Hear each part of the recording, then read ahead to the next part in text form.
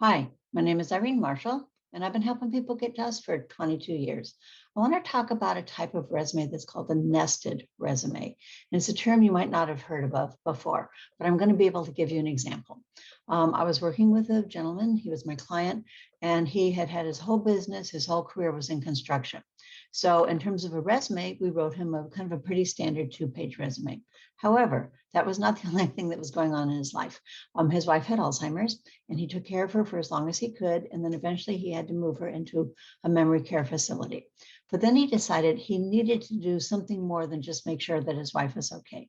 So he started doing a lot of public education, public speaking. He would go up to Sacramento. He was doing lobbying. So he was just involved just in general about Alzheimer's. So here's what we did with his resume. It was a nested resume. His construction work was 2 pages. Then his work with Alzheimer's was 1 page, and there really was enough to fill out 1 page. So now he had 3 separate documents. He had one document, which was a standalone 2-page construction focused resume. Then he had another standalone, which was his work in terms of Alzheimer's. And then he had a 3-page resume, which was the combination. So he had a 1, 2, and 3-page options for him to work with in terms of when he was applying for jobs. So if you'd like to talk about your resume, maybe this might be type of format that would work well for you.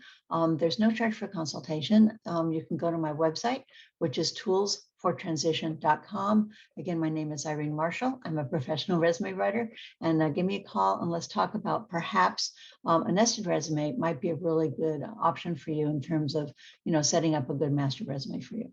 And I hope to hear from you.